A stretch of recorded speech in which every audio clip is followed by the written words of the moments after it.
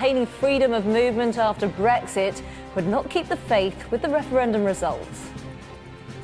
Australia terror plot. Police arrest 4 men suspected of planning to bring down a plane. Voters go to the polls in Venezuela over a new constitution after days of protests.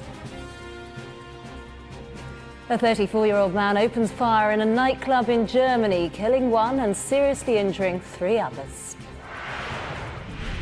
In sport, a first Test match 50 for Tom Wesley helps England 347 runs clear of South Africa in the 3rd Test.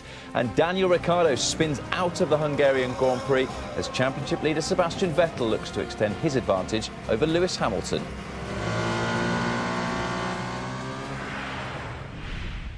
A very good afternoon to you. The decision by Channel 4 to broadcast private tapes of Princess Diana has been criticised for being exploitative and hurtful. The marriage turmoil of the Prince and Princess of Wales is revealed in a new documentary to be shown next week.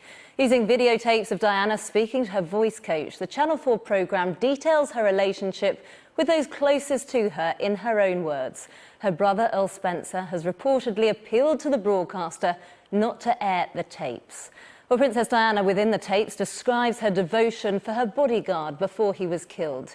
She says, "At 24, I fell deeply in love with someone who was part of this, and that was all found out, and he was chucked out, and he was then killed. And that was the deepest blow in my life, I must say.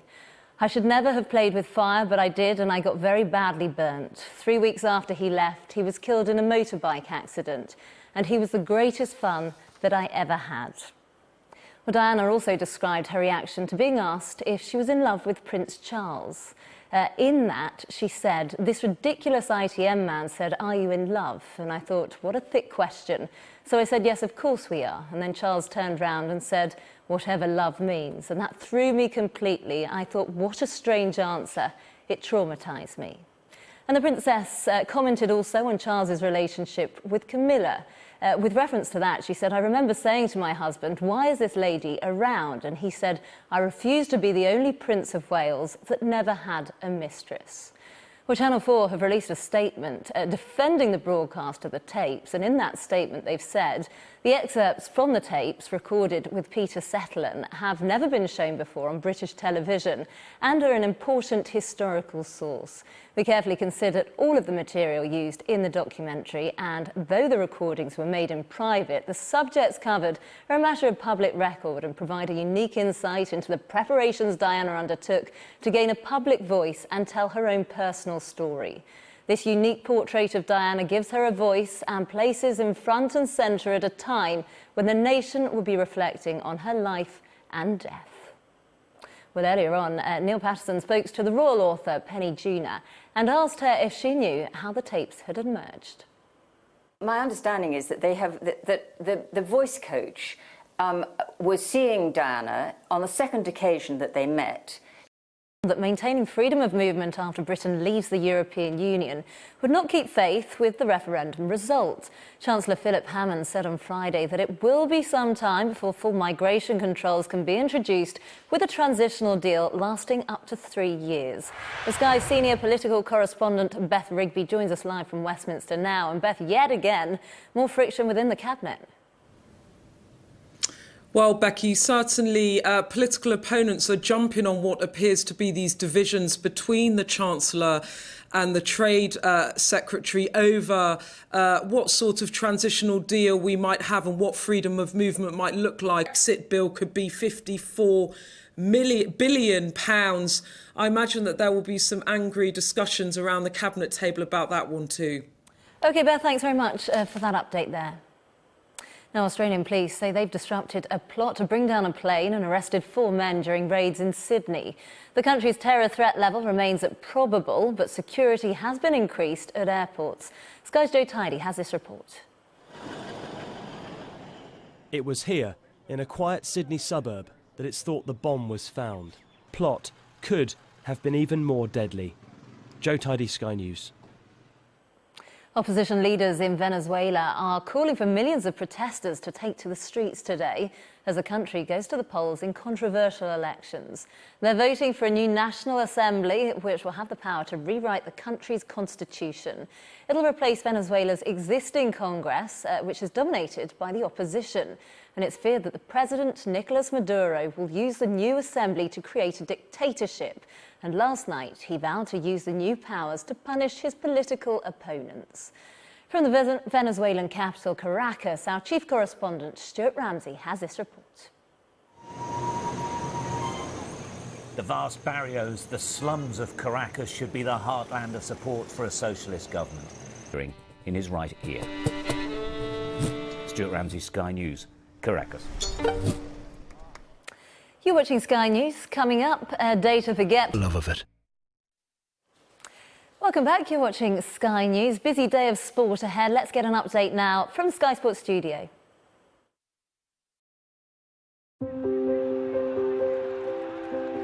This sports bulletin is brought to you by Vitality. Get healthy. Get rewarded. Thanks very much. Good afternoon. First to the Hungarian Grand Prix, the last race before Formula One's summer break, and Sebastian Vettel is aiming to extend his advantage over Lewis Hamilton at the top. News. We're back later. Vitality. Get healthy. Get rewarded. Well, let's get more on our top story now, and the criticism of Channel 4 over its decision to broadcast private tapes of Princess Diana.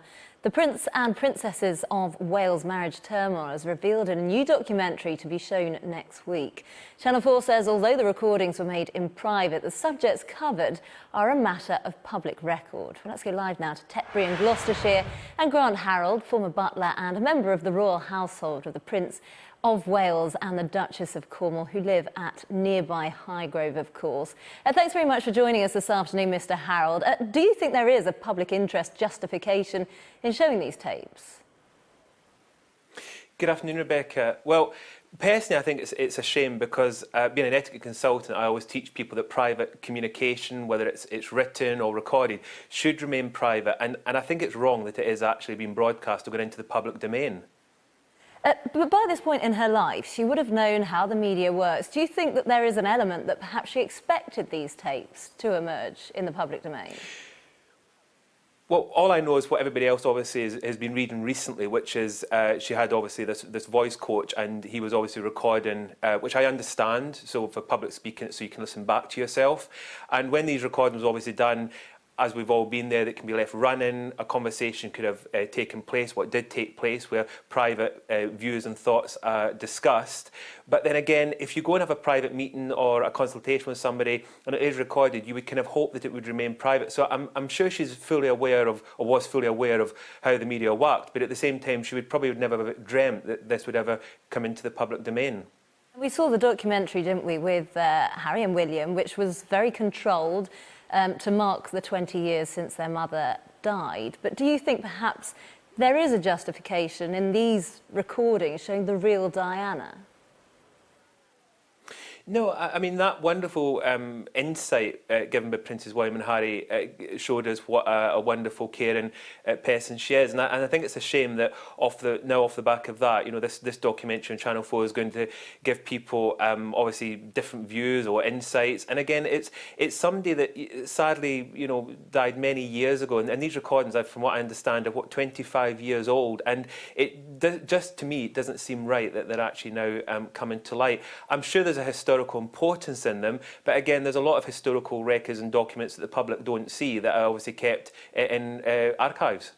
And what do you make of some of the comments in them? Because, of course, a very frank account, speaking about her relationship with Prince Charles, the issues that she had with bulimia, that sort of thing.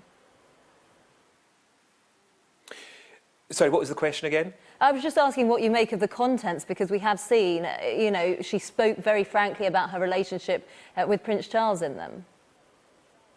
Well, again, it's a personal thing, isn't it? Because to discuss a relationship with anyone, it's between, well, normally it's between two people, the people closest to you. Again, I wasn't around at the time, obviously, when the princess was obviously married to the prince. I wasn't working for the family at the time, so I don't really know exactly, the details of any of that. But again, I would class it as very private and personal, and it is a shame that these conversations are going to come into the public domain if that happens, if the programme goes ahead. And why do you think it was that Princess Diana really captivated the hearts of the nation, really? People were fascinated by her personality. I think it's just, she was such an amazing human being. And again, I'm very sad that I didn't actually get to meet her because sadly she actually died the day before I entered private service. I started as a butler the day after.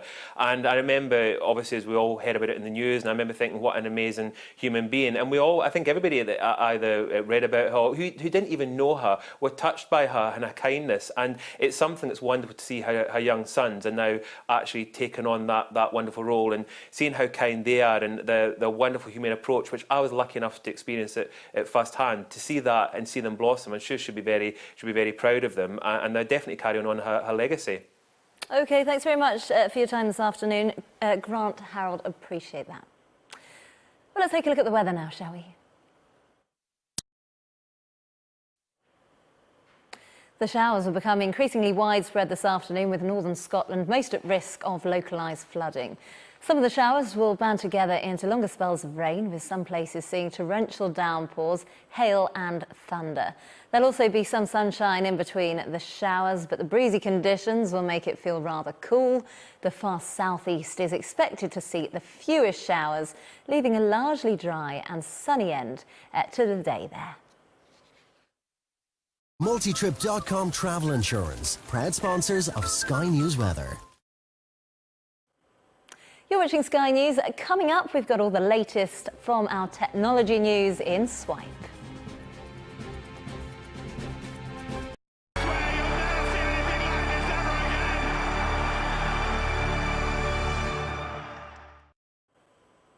You're watching Sky News. Here are the top stories.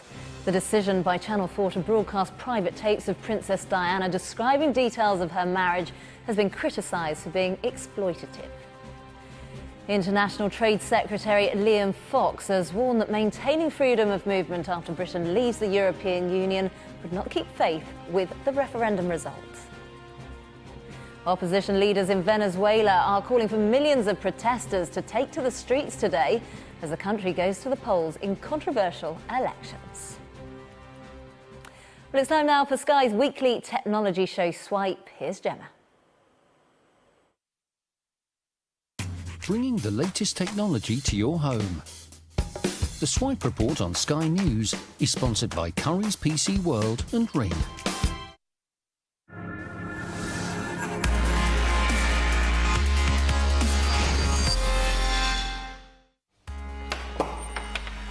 Welcome to Swipe. Walt, and it's time to take it back. Well, that's it from us here in Cambridge this week. Join us again next time for more Swipe. And in the meantime, follow us on Twitter at Sky News Swipe. I'll see you again next week. Bye-bye.